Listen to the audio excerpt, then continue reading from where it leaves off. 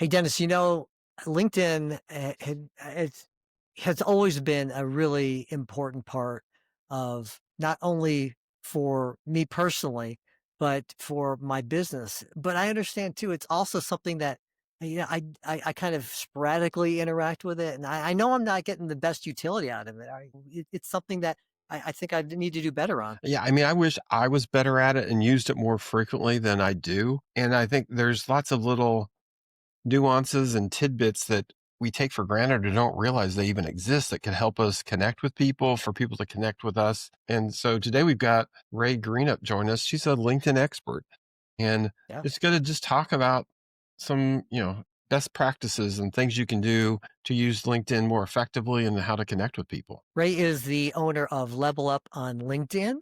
And today she's going to share with us a few tips that will help polish up your LinkedIn profile. And there's some secrets in there that I learned. So I definitely appreciated what she shared with us. It was a really interesting episode. So let's listen to what Ray has to say. WFH with two guys. Now here's Benny and Dennis. Dennis, I know that LinkedIn is a super important part of business in today's world. I put a lot of work initially into making my LinkedIn profile for not only myself, but for my company to look pretty good. How have you done with your LinkedIn? Have you done a whole lot with it? I use LinkedIn a lot. I'm in a group called Good People Networking, and we do reverse networking, and it's all Mm, based off of LinkedIn, finding out who's connected to who and asking for those introductions. And so it's helpful if people have their LinkedIn correct and reflective of what's going on, because it allows us to find those people that we want to connect with. And those connections could be for friendship, for business, for nonprofit type things. You never know why you're trying to connect, but mm, I use it a lot. I had Sales Navigator for a while, and I've switched back just to using the free LinkedIn or the cheap mhm, version of LinkedIn versus the paid one. But yeah, it's a great tool. It's almost like a shingle on your website's a shingle. It's kind of the mhm. secondary shingle that you have as a person and as a business. Well, I know that I'm not maximizing my utility on LinkedIn, and I know that I've kind of treated it probably like in a wrong way. And as I've mentioned this before, I've kind of treated it a little bit of a static web page for me. But we brought in an expert who can tell us all about the secrets of LinkedIn. Ray, thank you so much for stopping by today. Thank you so much for having me. I'm so excited to talk with you guys. Yeah. Yeah. Well, let's start at basics, okay? Because I'm gonna not necessarily make the assumption that everyone understands what LinkedIn is, how it can be useful. There's some folks out there who maybe aren't active at all on LinkedIn. But Ray, talk a little bit about LinkedIn. What is it, and really, what is the value of it to me and my business? Yeah, absolutely. So, especially in a, business situation, if you own your own business, a lot of people think, well, I'm not B2B, I don't need to be on LinkedIn. But the thing is, if you're networking and you're out in the community, you need sort of a place where you can see and be seen by your networking community. And so first and foremost, it's the world's premier networking platform, right? Mm, So it's really important, to stay on top of even the network you have, even if you're not, actively. And it's funny because you come across profiles, I'm sure you both have, where it's like, I'm retired, right? But somebody's on there and took the time to update it as yeah. I'm retired, right? And that, to me, that signals that there's that importance there where the people that they've worked with over the years, they're connected to those people. Hmm. And that's theirs signaling that. Or, then there's also it's signaling to B2B salespeople that like, hey, I'm no longer in my industry, right? Yeah. Things Hmm. like that too. But that's the thing. And so it's come such a long way from this idea of, oh, well, I don't need to be on there unless I'm looking for a job, Yeah. to it being because of the just vast amount of people on there, to it being, like I said, that important tool where you're getting touch points in with people that you normally wouldn't. I mean, just the other day, I was speaking at a nonprofit group, and a friend of mine said how her husband had gotten laid off, and he got a job because somebody he worked with 20 years ago saw him, on LinkedIn, and messaged him and was like, hey, what are you up to these days? And he's like, actually, I'm looking. And this old colleague was able to hook him up, and now he's in his new role. I mean, Oh, And that can be the power of LinkedIn, you know? And that would be my messaging to people too is even if you have a job to now, network because you never know in today's Yeah. society when something's going to change and you're going to be displaced. Well, don't start trying to network out when you're laid off. It's much easier if you're networking and you've got connections built when yeah. things are going well. Mhm. And that when that rainy day does come, you've got those people to connect with. And again, you may not be asking the person you're directly connected with, but Ray, hopefully you can show people how you can see who they're connected with because that's who you want to get to because you don't want to send your resume into the HR department because honestly, that's like sending it to a trash can. You need to Mhm. get it to the Mhm. person that's as close as possible to that decision making. And that's how LinkedIn can help you on that side or from a business standpoint, or if you're in a nonprofit, and trying to connect people and help grow the nonprofit's information. You can find people that have expertise in certain industries or areas that you want to try to connect with or expand on. And that's the beautiful part about it. And it's global. So you're not just dealing with someone in your little neighborhood. It's truly worldwide that you're working with and trying to connect to people. It is. It's incredible because there's literally like a couple billion people on it. Like Right. you said, with that global connection. I have a colleague that developed during COVID that's in the UK, but she developed this really cool thing during COVID. She's got a photography business of being able to guide people on doing selfie shoots that come out like professionally. She's able to guide them through, and she's got this app where she can actually see what they're seeing. So they just connect on this app and she guides them through like, okay, make sure you move your hair this way and do this and do that, and actively during the shoot guiding them. And it's pretty cool because it's like what saved her business, Yeah. through the Huh. pandemic. So And yeah, go ahead. one of the challenges I have with LinkedIn, and hopefully you can discuss this as we go over, I can connect with people, but then people will try to, I say chat with you back and forth. And I get hundreds of those. And because they kind of just keep scrolling down, I feel like I'm missing people because it's not like an email where I can save it and do stuff. Am I missing something, or is that just one of the hangups with LinkedIn that it's not the best chatting mechanism back and forth with people? Yeah, it can be tough because I have clients that I manage their inboxes as well. And it's like if you don't catch it while it's unread at the top of your inbox, like it gets buried. And if you didn't see it Mhm. or knew to look for that particular person, like you're not going to see that again. Right. They tried to help the situation with having like that focused versus other inbox, like that AI sorter thing that's similar to like Outlook has that, and Gmail you can do that. And it can cut down a bit on the noise because it puts most in-mails in there and, so it separates it and stuff. So that's a little bit helpful, I think. But yeah, unfortunately, it's just a little tough. If you're doing big campaigns though, Dennis, and I know you're really well versed in some really great tools out there, where there's some tools out there where you can get, messaging campaigns to go out that have, it syncs directly with your inbox. So those have ways that you can sort Right. usually. Like Dripify is one that I have a client in right now. And so that's pretty good because then if I just try to find like all the most recent stuff, like in her inbox, I would miss, oh my gosh, I'd probably miss lots of opportunities. But because I can sort by that unread and then it moves them like and like kind of files them out as I'm responding to them, I know that I get everybody all the time. Like I'm confident in what our messaging is Do doing. you recommend for people like in your Outlook profile, you can have your Yeah. email address? I mean, Yeah. but a lot of people don't. So it's like, okay, you have to try to communicate to them through LinkedIn. Well, they're not very good at the LinkedIn messaging. So it's Yeah. like you don't get them. I always encourage people that I work with, put your email in there. I mean, it's important Well, that people should be able to get in touch with you. well, let's talk about that, Ray, for a second. Maybe you can show us Yeah. about like some stuff that you would recommend and how we should be looking at LinkedIn. What do you think? Sounds good. I can share my screen.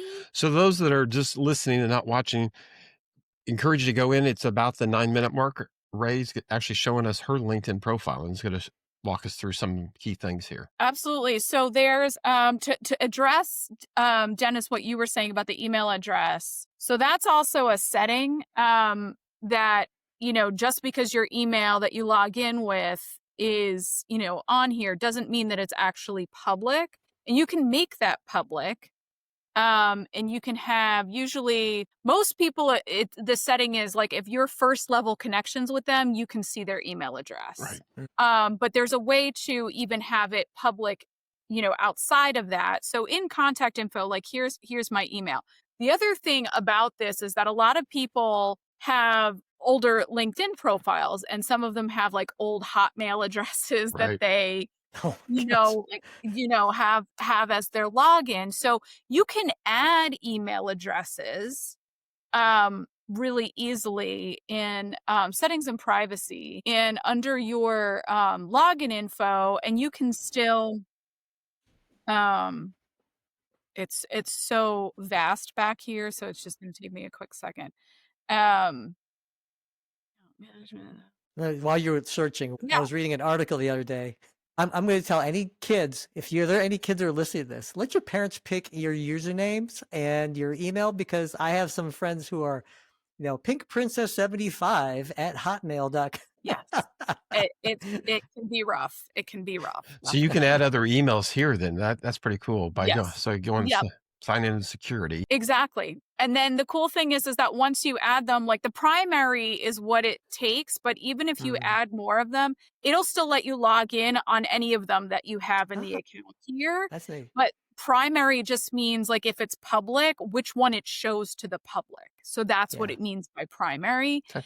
And so, of course, like my original, email address was like an old work one that I had actually started. Like a client invited me to LinkedIn like 15 years ago. I don't know.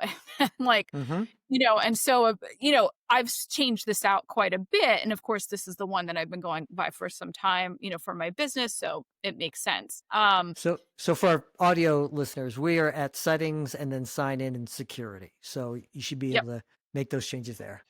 Thank you. That was good. Yeah. Let me just come back. Here we go. So yes, and then so I just want to start at the top with something that's interesting that that kind of goes past most people is your URL on your profile is something worth updating and taking a look at, because it generally, similar to Facebook, it assigns a bunch of random numbers after your last name when you open your profile. And then so for SEO purposes, of course, like for me, I got lucky. I'm the only Rae Greenip. So it's like mine's just Rae-Greenip. But if your name is like John Smith, Jane Doe, whoever, instead of being like Jane Doe number 57, there's maybe a keyword that you want to add that you want associated with your name. And that can help with SEO and everything, because now, of course, all the social media platforms are part of Google searches and things like that. And of course, then we can go down that rabbit hole of AEO and all of that's going on now, of course, with answer engine optimization. But and you can do that nice and easily right here from, home screen. You just click on your profile, and then over here on the right, public profile and URL is where you can go ahead and edit that. And this blue little pen, you just put in what you want here. And so I highly recommend at least cleaning it up to get rid of those random numbers, because, when you're out there networking, no matter what you do, you're like, oh, hit me up on LinkedIn. And then it's like, with the ugly numbers afterwards. And then it's just, this is a nice clean link that you can give to people. And Rae, if you change it there and you already had it, let's say in your signature on your email or whatever, you need to go to your email and change that to that new URL. Yes. Good. Yes. Very good point. Very good point. So yeah, just don't forget, if you do change it there, you want to change it elsewhere. So of course, like if you already have a QR on your business cards or something, wait till the next round that you're going to, print them or something. Great. Yeah. Good. Do that. But So Rae, what LinkedIn are like 2 or 3 key points here that you always try to show people in LinkedIn to make sure it's reflective of what's going on? So when you look at you get a new client and they say, hey, help me clean up my LinkedIn. What are some of the pitfalls that you come across the most often that you see that people don't think about? So a few things are, let me come back over to give a little visual aid as well. So a few things would be, of course, the experience section. A lot of people like just regurgitate their resumes on here. But depending on what you need it for, actually, even people that are looking for a job, like you want it to be a highlight list of your accomplishments and really talking about what you did. So like, and then you can even apply that to if you own your own business.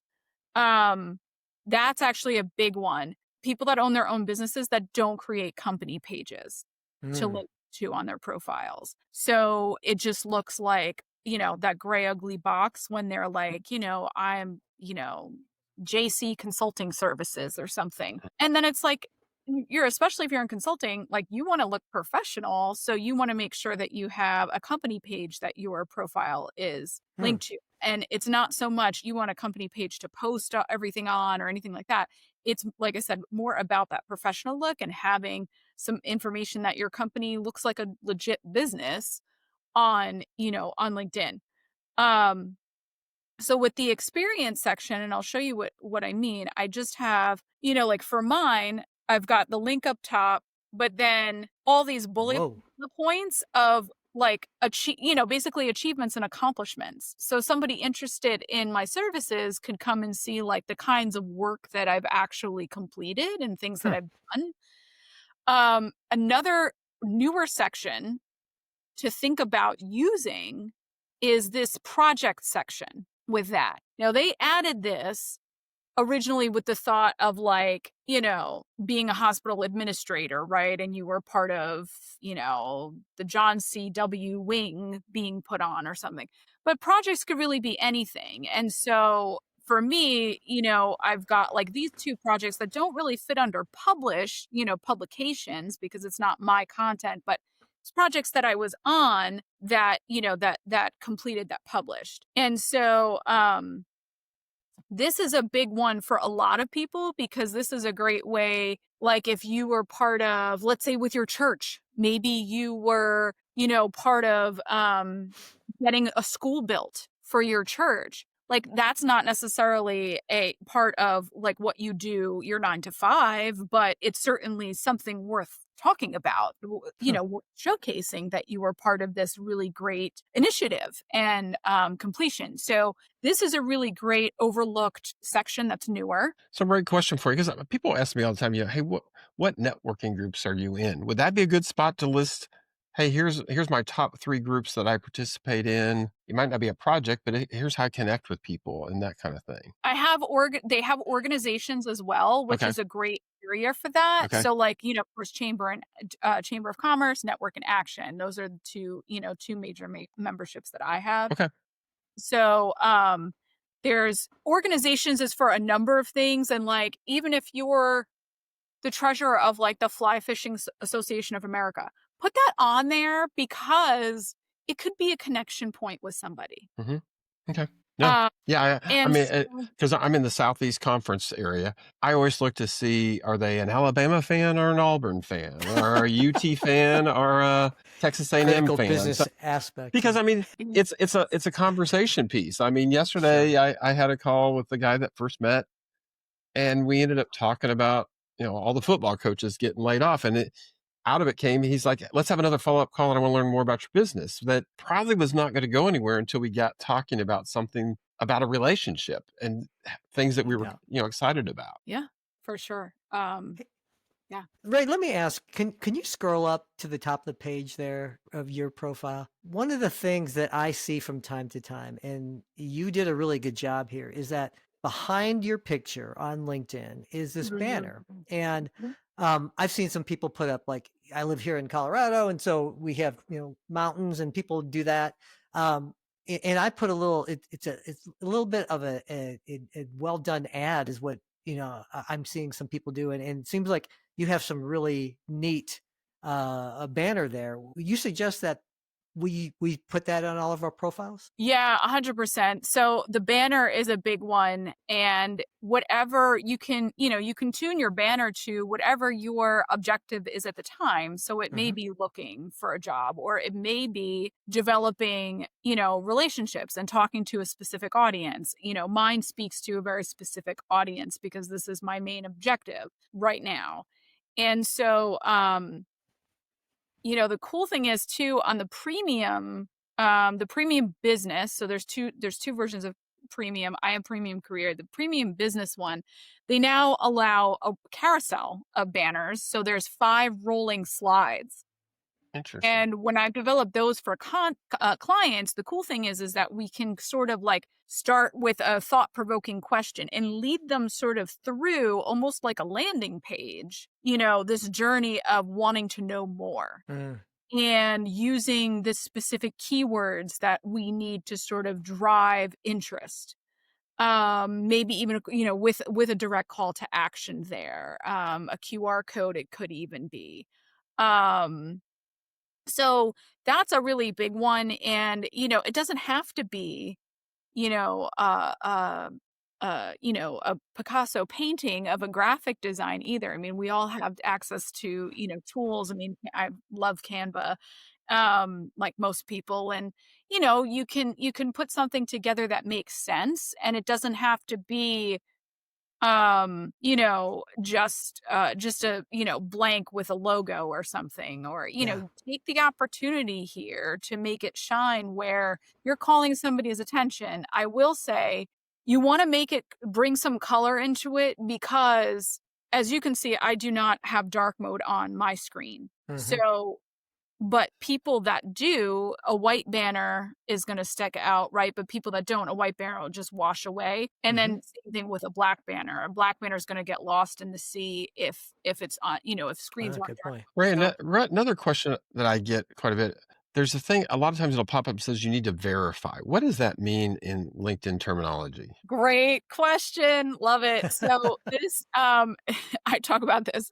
So this little check mark thingy, it is not the same thing as like an influencer, a blue check mark on Instagram.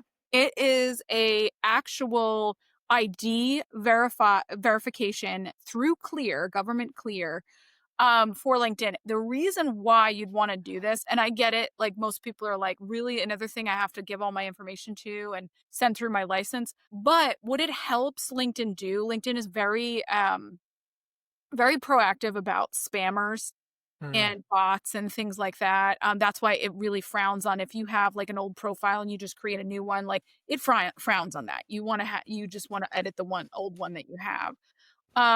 And so with those efforts, you can verify your identification to LinkedIn, and it can help with, like I said, spam and things like that. And also like reach, if you're doing a lot of messaging campaigns, it helps with that too. It helps the algorithm then know, oh no, this is a real person. Interesting. That is great. Okay. Let me ask one other little question there too as well. Right by our names on LinkedIn, and I see this little speaker. And my understanding is that was like if you have maybe a non John Smith name, right? And so people know how to say your last name. You could use that to record your voice and say how it's pronounced. But I hear some people are using it almost like a little commercial. Have you heard that before? Is that something? It is another little bell and whistle, as I like to call it, that I do recommend when I'm talking with people. So that audio file, if you go, you can't record it on the computer, but if you go on the phone app, there, and you go to edit profile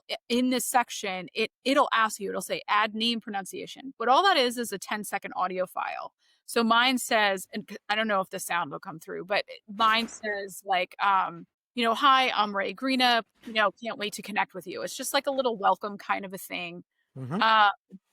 And so, so like I said, it's a little bell and whistle to kind of just add a little something extra in there, especially because they got rid of those the videos that the covers. Cover stories. That was like the 30-second video that you used to be able to have here. So it's a little, like I said, it's a little something extra you can put on there. Yeah. I like those. I wish they hadn't gotten rid of those. I Something must have been abused by us. I don't know. They just went by the wayside, and it was sad to see because I had one. So, well. Rae, I think this is so fascinating, and I love this topic, and I love learning new things about LinkedIn, and there's a couple things I'm going to tweak on my LinkedIn profile. So thank you for that. But I know that there are going to be some people out there who have some questions, who don't really take full advantage of LinkedIn and all the goodness that it can give you. So what's the best way for people to get a hold of you? Sure. Email please, I welcome any email if you just have a question, like, and you're not like, you're more timid on LinkedIn, you don't want to message me or connect with me on LinkedIn. My email is rae@raegreenip.com. So it's RAE at RAEGREENIP.com. Connect with me, of course, on LinkedIn. I do have a privacy setting on my LinkedIn where you require my email address to actually send me a connection request. And I just gave you my email, so feel free to reach out and connect with me. Yes. But I also understand too, Ray, that there are certain things that you would suggest people do, and you have a bonus giveaway that you give away to some folks, and doesn't require them to give out any information either. That is true. You can go to my website, leveluponlinkedin.net. And if you just scroll down, I have a profile checklist right on there that you can just download. The PDF's literally on there. So you don't have to, it's not like a email address catcher, any of that kind of stuff. You can literally just take the profile checklist. So yeah. And I'd love, of course, hit me up and let me know if you use it and what you think of it. I don't always love feedback on it. So. I know I'm going to definitely do that. Thank you, Ray. I appreciate that. And listen, this has been such a wonderful opportunity to learn a little bit more about LinkedIn. And thank you for sharing that. Thanks for stopping by, Ray. We really appreciate it. Thank you guys so much. This has been so fun. All right. We'll see you soon. We'll see you soon. Thanks, Ray. Thank you. You've been listening to WFH with Two Guys. We'll see you next time.